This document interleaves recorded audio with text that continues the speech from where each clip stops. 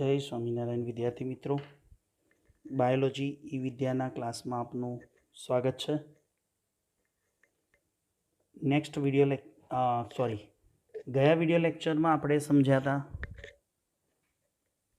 आवृत बीजधारी वनस्पति અને એના પછી ચર્ચા કરી આપણે આઇકલરની વર્ગીકરણ પદ્ધતિ। આઇકલરની વર્ગીકરણ પદ્ધતિ શીખી અને હવે લાસ્ટ આ ચેપ્ટરનો ટોપિકનો સ્ટડી કરશું, એકાંતર જનન। કઈ વાત કરશો? એકાંતર જનનની। આ એક રિવિઝન ટાઈપ જ છે, કારણ આના વિશે લીલ કે પછી દ્વિઅંગી, ત્રિઅંગી, અનાવૃત અને આવૃતની અંદર આપણે એકાંતર જનન સમજી ગયા છીએ। લેટ્સ સી, એકાંતર જનનની વ્યાખ્યા શું આપશો? અગાઉ શીખવાડેલી છે। આ એક પ્રકારનું રિવિઝન જ છે, પણ ટોપિક અલગથી આપ્યો છે એટલે આપણે સમજાવીએ છીએ, ચલાવીએ છીએ અને સમજીએ છીએ। કોઈ પણ લિંગી પ્રજનન કરતી એટલે કે સેક્સ્યુઅલી રિપ્રોડક્શન કરતી વનસ્પતિ છે, જે પ્લાન્ટ છે, એનું લાઈફ સાયકલ હોય એટલે કે એનું જીવન ચક્ર છે, એમાં બે અવસ્થા જોવા મળે છે। કઈ બે અવસ્થા જોવા મળે? જુઓ તો શું લખ્યું છે વિડીયોમાં? કઈ બે અવસ્થા છે? એક, જન્યુઓનું સર્જન કરતી ગેમેટ, જન્યુજનક અવસ્થા। સ્પોર એટલે બીજાણુઓ, બીજાણુઓ સર્જન કરતી બીજાણુજનક અવસ્થા। વનસ્પતિમાં જન્યુનું નિર્માણ કરતી જન્યુજનક અવસ્થા, બીજાણુઓનું સર્જન કરતી બીજાણુજનક અવસ્થા, બંને એકાંતરે જોવા મળે। એકાંતરે જોવા મળે આ ઘટનાને શું કહેવાય? એકાંતર જનન। હવે એકાંતર જનનની અંદર આગળ શીખીએ, વનસ્પતિના દેહ બે પ્રકારના હોઈ શકે।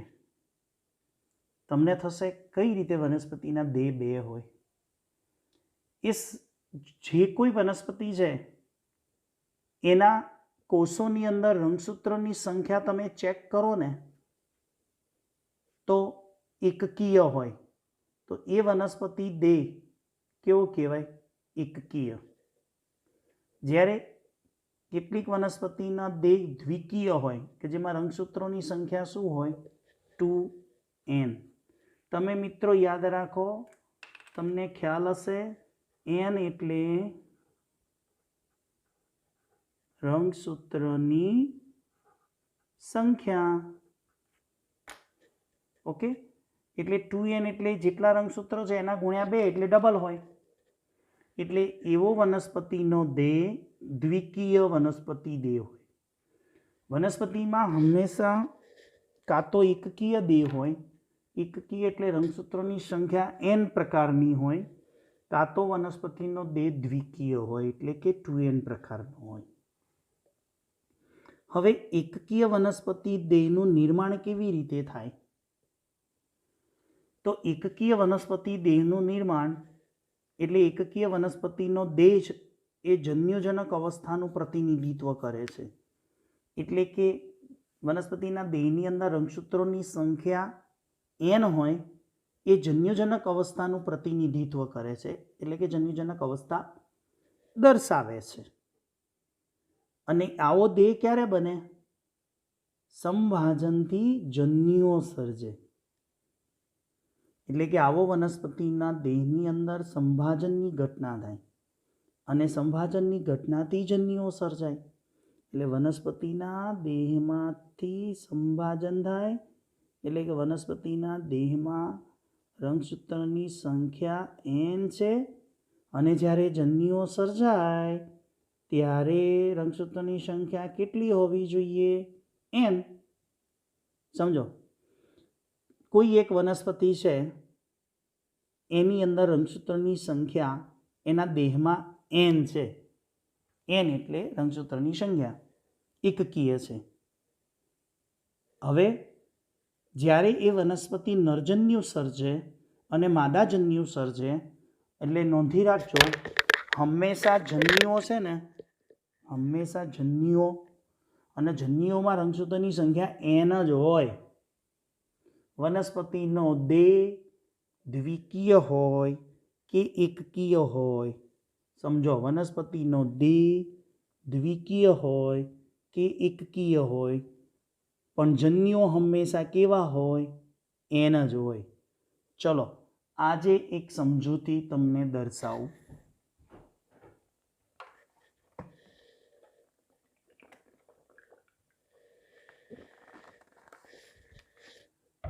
બ્લેન્ક પેજમાં તમને એક સમજૂતી દર્શાવું.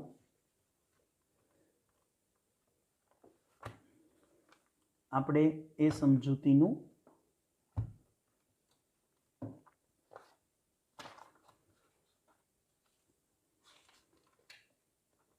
લીટીવાળું કાગળ આપો ને.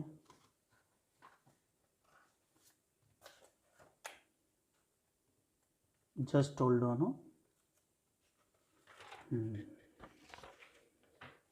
વિડિયો લેક્ચરમાં બાજુમાં આપણે આસિસ્ટન્ટ રાખ્યા છે, એટલે કોઈ વસ્તુની આપણને હેલ્પ કરે. જો સમભાજન અને અર્ધભાજન આપણને સપોર્ટ કરે આસિસ્ટન્ટ, કે વિડીયોમાં બધું જ લખાણ આવી જાય છે મોબાઈલમાં, એટલે HP સરને ખુરશીમાંથી વધારે પડતી મૂવમેન્ટ ના કરવી પડે, નહીં તો વિડીયો લેક્ચર બગડે. એટલા માટે હવે જુઓ, અહીંયા રંગસૂત્રની સંખ્યા, સમભાજન કોને કહેવાય? ક્લિયર સમજી લો. આ 2n. સમભાજન એટલે કોષોનું વિભાજન.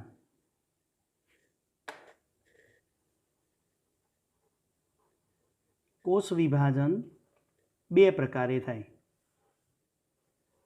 એક સંભાજન પ્રકારે, એક અર્ધભાજન પ્રમાણે. સમભાજનમાં રંગસૂત્રોની સંખ્યા, આપણે વિચારો કે રંગસૂત્રોની સંખ્યા 2n છે, તો સંભાજન થાય તો રંગસૂત્રોની સંખ્યા એટલીના એટલી જ જળવાઈ રહે. એટલે 2n હોય તો 2n જ જળવાઈ રહે. કેટલી જળવાઈ રહે? 2n હોય તો 2n જ જળવાઈ રહે. એટલે આને સંભાજન કહેવાય. આ એક કોષ છે, એમાંથી કેટલા કોષ બન્યા? 2 બાળકોષ બન્યા. અને જો આનું પણ સંભાજન થાય તો 2 માંથી 4,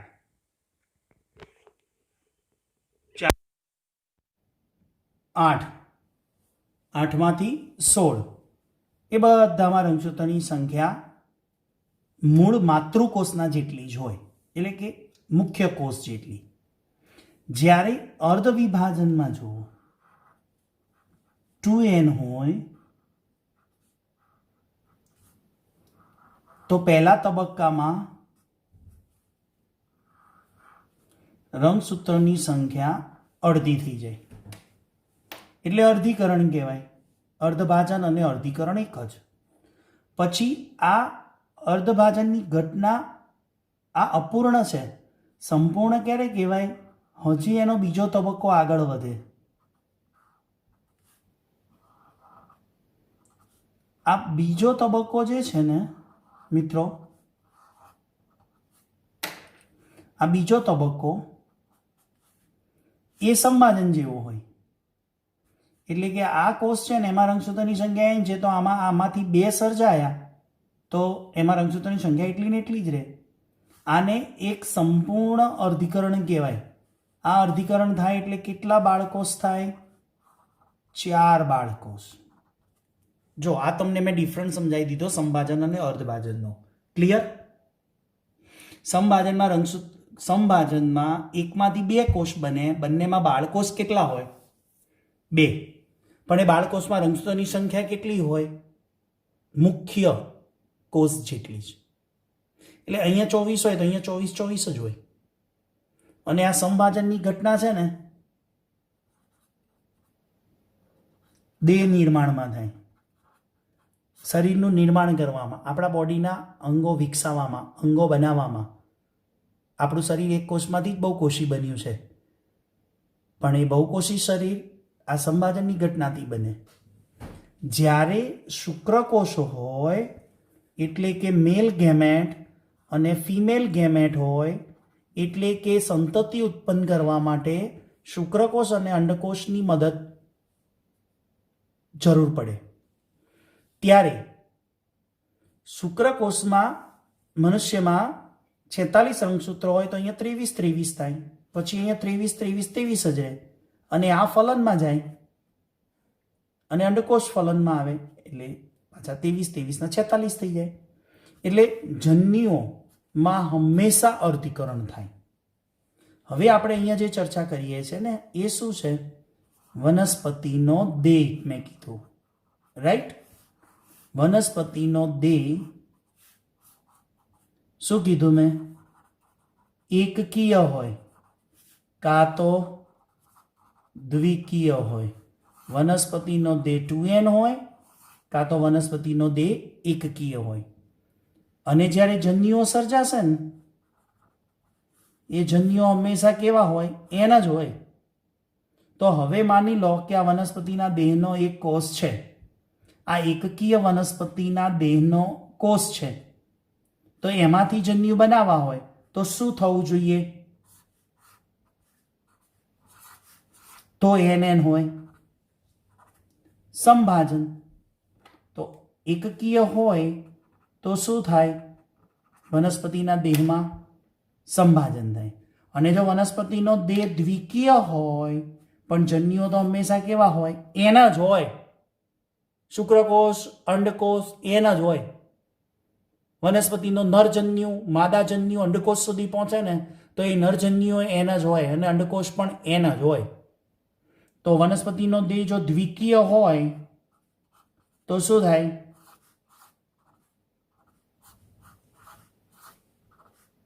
આ જન્યુ બન્યા, આ જન્યુ N બન્યા છે ને. જન્યુ હંમેશા શું છે? આ પણ જન્યુ, આ પણ જન્યુ. જો વનસ્પતિનો દેહ દ્વિકીય હોય તો કઈ ઘટના થાય? સંભાજન થાય. અને વનસ્પતિનો દેહ દ્વિકીય હોય તો કઈ ઘટના થાય? અર્ધીકરણ. ખ્યાલ આવે છે ને? ઓકે, આ તમને આટલી ખબર છે ને અત્યારે માત્ર 7-8 મિનિટ લાગી. આના ઉપર આખું ચેપ્ટર છે, ત્યારે આ વધારે ક્લિયર થાય. આગળ વધીએ તો એકકીય વનસ્પતિ દેહ ખબર પડી ગઈ, એટલે એકકીય વનસ્પતિ દેહમાં સંભાજનથી જન્યુઓ સર્જાય. નેક્સ્ટ, જો દ્વિકીય વનસ્પતિ દેહ હોય તો ક્લિયર. દ્વિકીય વનસ્પતિ દેહ કોનું પ્રતિનિધિત્વ કરે? બીજાણુજનક અવસ્થાનું.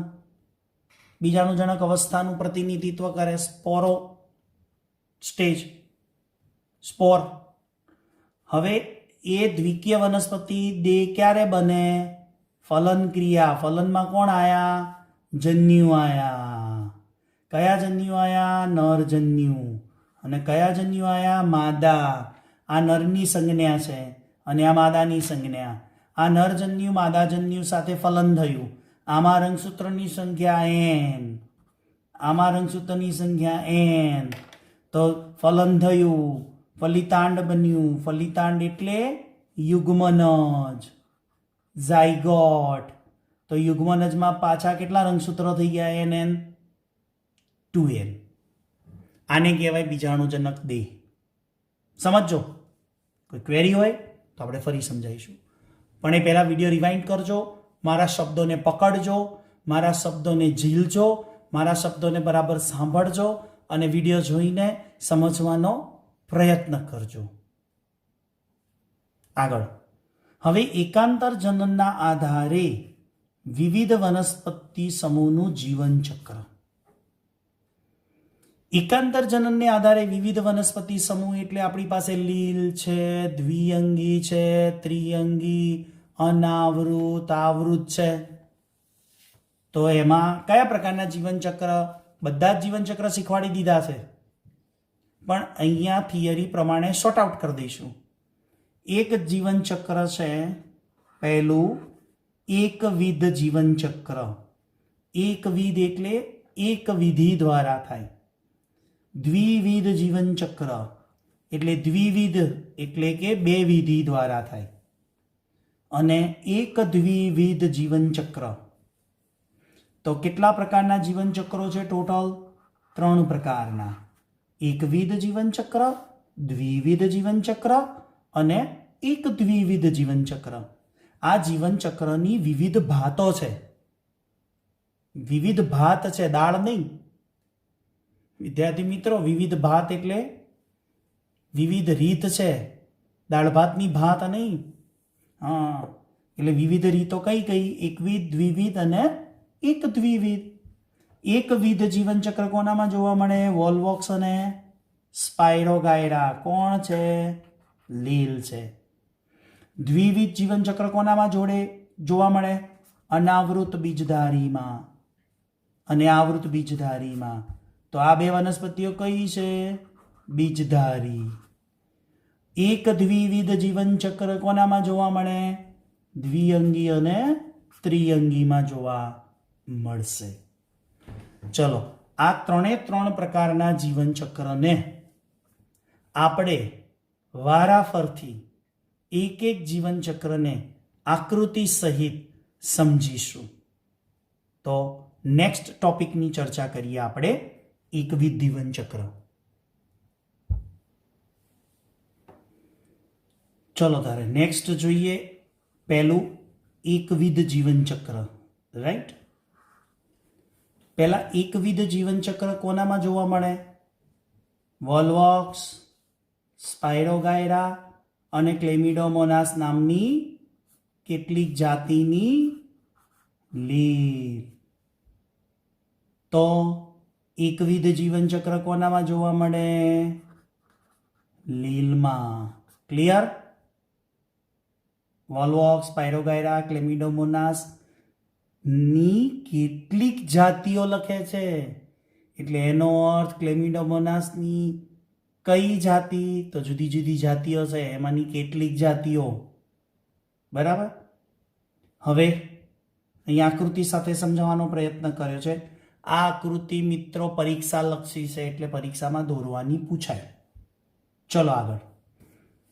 બીજાણુજનક અવસ્થા માત્ર એકકોષી હોય અને એ ફલિતાંડ 2n બને એ પૂરતી મર્યાદિત છે. એકકોષી એટલે શું? એક કોશીનો અર્થ શું કરશો? એક જ કોષ. તો આ યુગ્મન જ એક કોષ છે,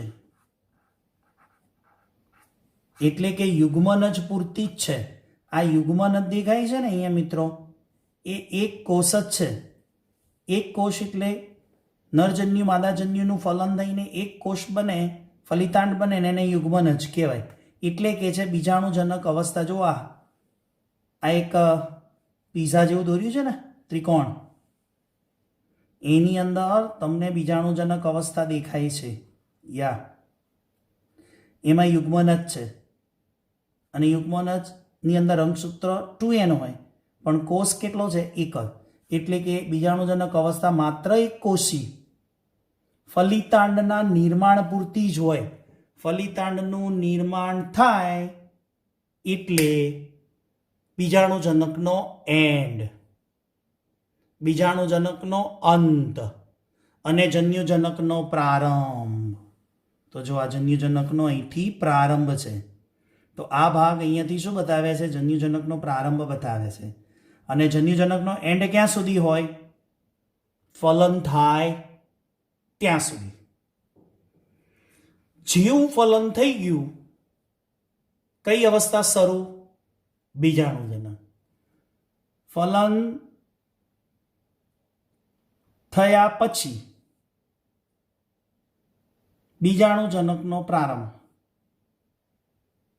અને બીજાણુજનકનો અંત ક્યાં? જેવા એક કોષમાંથી બે કોષ બને એટલે બીજાણુજનકનો પ્રારંભ, જન્યુજનકનો પ્રારંભ અને બીજાણુજનકનો અંત. એટલે ટૂંકમાં યાદ અહીંયા રાખવાનું છે કે આટલું જ બીજાણુજનક છે ને આ બધું જન્યુજનક છે. હવે જુઓ, અહીંયા ફલિતાંડ છે એટલે આ 2n યુગ્મન જ, એનું અર્ધીકરણ થાય એટલે કે અહીંયા અર્ધીકરણ થયું. આ ઘટના અહીંયા શું થઈ? અર્ધીકરણ. અહીંયા લખ્યું છે અર્ધીકરણ. અર્ધીકરણ થયું અને પછી કયા બીજાણુઓ સર્જાયા? એકકીય. મેં હમણાં કીધું ને કે અર્ધીકરણ થાય એટલે અંદર અંશતોની સંખ્યા શું થઈ ગઈ? અડધી. પણ અહીંયા પહેલા બીજાણુ બને, બીજાણુમાંથી જન્યુ બને એટલે બીજાણુઓ શું બન્યા? એકકીય બીજાણુઓ બન્યા. અને કયા કહેવાય? એકકીય બીજાણુઓ. ઓકે, એ એકકીય બીજાણુઓ જે બન્યા એમાંથી એકકીય વનસ્પતિ દેહ બન્યો. એટલે આ વનસ્પતિનો દેહ એકકીય. એટલે વનસ્પતિનો દેહ કયા પ્રકારનો હોય? જન્યુજનક. જન્યુજનકનો મુખ્ય દેહ, વનસ્પતિનો મુખ્ય દેહ જન્યુજનક હોય એટલે આ જન્યુજનક અવસ્થા. પછી એ બીજાણુઓ છે ને એ જન્યુઓ સર્જે અને એ જન્યુઓ કેવા હોય? એના જ હોય. સમજણ પડી? એટલે કઈ ઘટના થાય અહીંયા? સમવિભાજન. ઓકે, વનસ્પતિનો આટલો દેહ કેવો હતો? 2n. તો અર્ધીકરણ થયું અને પછી વનસ્પતિનો આ દેહ કેવો છે? એકકીય. તો એમાંથી જે જન્યુ બનશે તો કઈ ઘટના થાય? સંભાજન. એટલે અહીંયા બતાવ્યું છે એ શું બતાવે છે? બીજાણુજનક. અને બી શું બતાવે છે? જન્યુજનક. એકબીજાને વારાફરતી જોવા મળે. તો સમજો, બીજાણુજનક જન્યુજનક, બીજાણુજનક જન્યુજનક, બીજાણુજનક જન્યુજનક, આવી રીતે વારાફરતી જોવા મળે એવું એકાંતર જનન એકવિધ જીવન ચક્ર કહેવાય. બરાબર? એકવિધ જીવન ચક્ર. હવે નેક્સ્ટ ચર્ચા કરીએ દ્વિવિધ જીવન ચક્ર. દ્વિવિધ જીવન ચક્ર કોનામાં જોવા મળે? સપુષ્પી વનસ્પતિ, આવૃત અને અનાવૃત, જિમ્નોસ્પર્મ અને એન્જિયોસ્પર્મ. એટલે અનાવૃત અને આવૃત. તો હમણાં કીધું એમ જીવનચક્ર બે અવસ્થા, બીજાણુજનક અવસ્થા અને જન્યુજનક અવસ્થા. તો બીજાણુજનક અવસ્થા અને જન્યુજનક અવસ્થામાં અહીંયા બીજાણુજનક અવસ્થા એ વનસ્પતિનો કેવો દેહ છે? મુખ્ય દેહ છે. જો ચેન્જ થયું, લીલમાં મુખ્ય દેહ કયો હતો? જન્યુજનક. અને ગૌણ કયો હતો? બીજાણુજનક. અહીંયા મુખ્ય દેહ કયો છે? બીજાણુજનક. અને બીજાણુજનક જે મુખ્ય દેહ છે એટલે કે બીજાણુજનક અવસ્થા છે કેવી હોય? દ્વિકીય. દીર્ઘજીવી. દીર્ઘજીવી એટલે લાંબો સમય ચાલે. દીર્ઘજીવી એટલે હું કૌંસમાં લખી આપું છું, લાંબો સમય ચાલે. પ્રભાવી. પ્રભાવીનો અર્થ અહીંયા તમારે મુખ્ય કરવાનો. પ્રકાશ સંશ્લેષી અને સ્વતંત્ર છે એટલે કોઈના ઉપર નિર્ભર નથી એટલે સ્વતંત્ર. પ્રકાશ સંશ્લેષણ કરીને ખોરાક બનાવતી. તો આટલા શબ્દો યાદ રાખવાના. બીજાણુજનક અવસ્થા કેવી છે? દ્વિકીય, દીર્ઘજીવી, પ્રભાવી અને પ્રકાશ સંશ્લેષી. તો અહીંયા આકૃતિમાં ક્યાં છે બીજાણુજનક? તો અહીંયા આપણે બતાવી છે બીજાણુજનક. તો જુઓ, ફલન થયા પછી આ ફલન થઈ ગયું.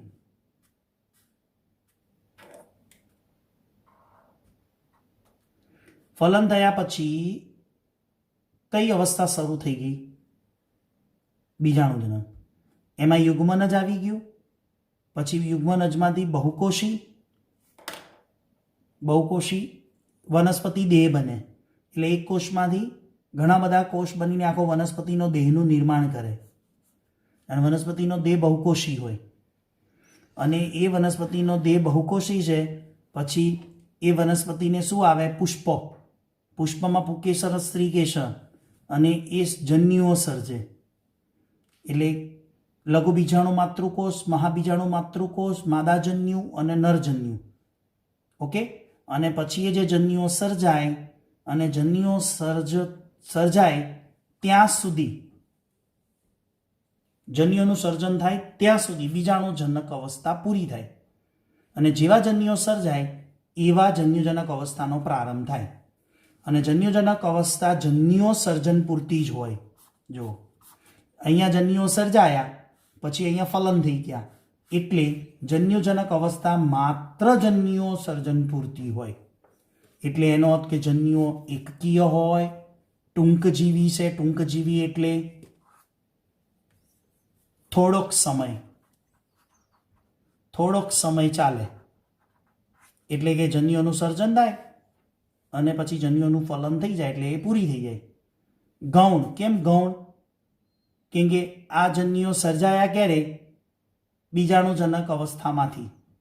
એટલે કે જન્યુજનક અવસ્થા કોના ઉપર નિર્ભર છે? બીજાણુજનક ઉપર નિર્ભર છે. એટલે બીજાણુ પછી જન્યુજનક.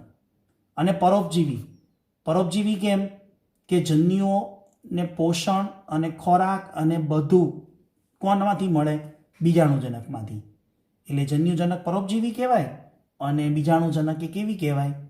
સ્વઉપજીવી કહેવાય, પ્રકાશ સંશ્લેષી. તો આ દ્વિવિધ જીવનચક્ર કોનામાં જોવા મળે? આવૃત અને અનાવૃતમાં. પણ ફ્યુકસ નામની લેલ નીટમાં પૂછાય, યાદ રાખજો. ફ્યુકસ નામની લીલમાં કયું જીવનચક્ર જોવા મળે? એટલે તમે બધા શું કરશો? આંખો મીચીને કે સાહેબ તમે તો લીલમાં કયું જીવનચક્ર કીધું હતું? એકવિધ. અને હમણાં લેક્ચરમાં તો એવું બોલ્યા કે બધી લીલમાં એકવિધ જીવનચક્ર ચાલે.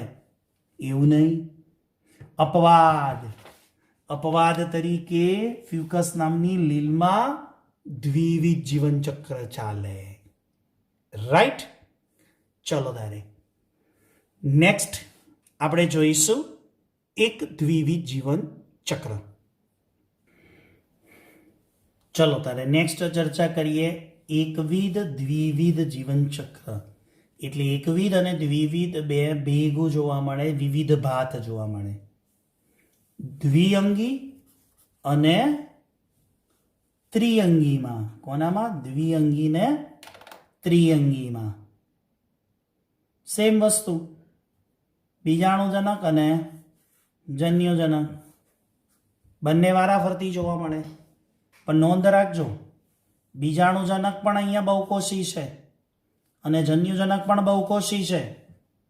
જ્યારે દ્વિવિધ જીવનચક્રમાં બીજાણુજનક બહુકોષી હતી અને જન્યુજનક એકકોષી છે. બરાબર? અહીંયા જુઓ, બીજાણુજનક કેવી છે? દ્વિકીય, એટલે કે રંગસૂત્રની સંખ્યા 2n. પણ અહીંયા બીજાણુજનક કેવી છે? ટૂંકજીવી છે મિત્રો, ગૌણ છે, પરોપજીવી છે. જ્યારે જન્યુજનક અવસ્થા એકકીય છે, દીર્ઘજીવી છે, પ્રભાવી છે અને પ્રકાશ સંશ્લેષી છે. આ જે બીજાણુજનક અને જન્યુજનક સમજાયું એ કોનામાં છે? દ્વિઅંગી વનસ્પતિ માટે. બીજાણુજનક કેવી છે? ટૂંકજીવી, ગૌણ. બીજાણુજનક હંમેશા 2n જ હોય, જન્યુજનક હંમેશા n જ હોય. પણ અહીંયા દ્વિઅંગીમાં બીજાણુજનક ટૂંકજીવી છે અને ગૌણ છે, જ્યારે જન્યુજનક જુઓ દીર્ઘજીવી છે અને પ્રભાવી છે.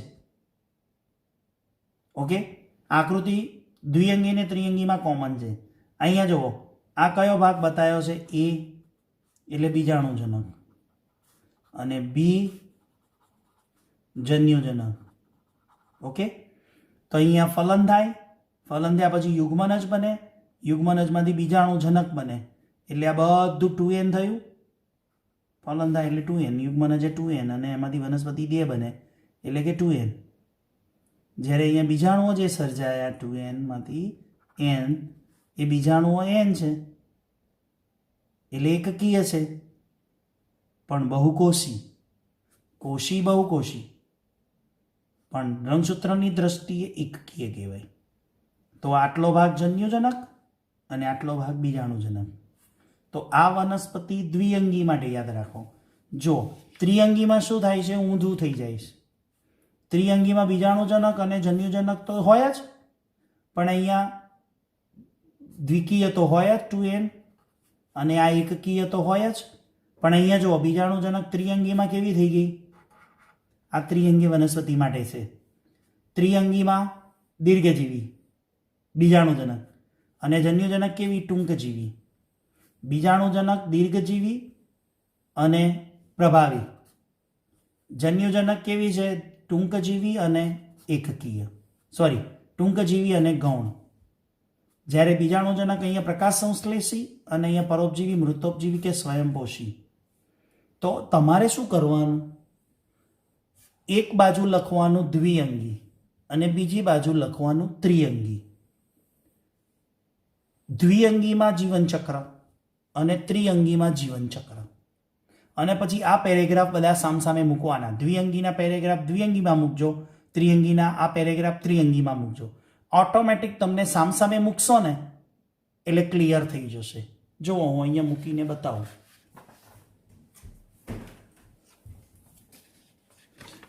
વિડીયોમાં શક્ય નથી એટલે આપણે બે સામસામે પેજ રખાય એમ નથી, કારણ સ્ક્રીન કટઆઉટ થશે. એટલે તમે શું કરશો? દ્વિઅંગી અને ત્રિઅંગી, દ્વિઅંગીમાં જીવનચક્ર અને ત્રિઅંગીમાં જીવનચક્ર વચ્ચે ઊભી લીટી દોરી અને ત્રિઅંગીમાં આટલો પેરેગ્રાફ લખજો અને આવો જ પેરેગ્રાફ સામે દ્વિઅંગીમાં લખજો. એટલે ઓટોમેટિક તમને ડિફરન્ટ ખબર પડી જશે. બીજું, આ તો કોનામાં ચાલે છે? એકવિધ દ્વિવિધ જીવનચક્ર દ્વિઅંગી ને ત્રિઅંગીમાં. પણ ફરી પાછું આવ્યું લીલ. એવી કેટલીક લીલ અપવાદ છે કે જેમાં એકવિધ દ્વિવિધ જીવનચક્ર ચાલે. કઈ? એક્ટોકાર્પસ નામની લીલ છે. પોલિસાઇફોનિયા, કઈ? રોડોફાયસી, પોલિસાઇફોનિયા. અને વનસ્પતિ કલ્પ એટલે મોટા વનસ્પતિ દેહ કલ્પ, જેને દરિયાઈ ઘાસ કહેવાય, લીલ.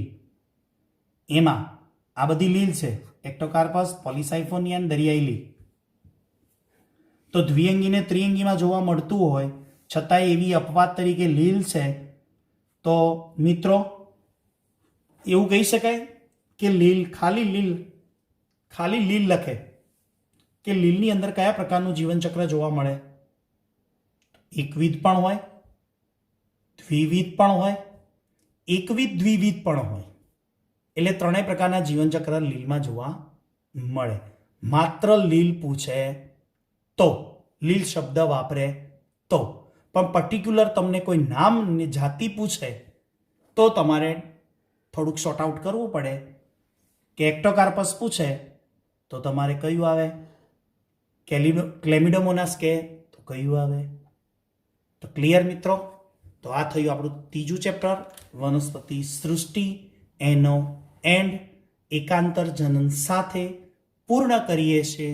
હવે નવા ચેપ્ટરનો પ્રારંભ નવા વિડીયો લેક્ચરથી શરૂ કરીશું. ત્યાં સુધી સૌને જય સ્વામિનારાયણ.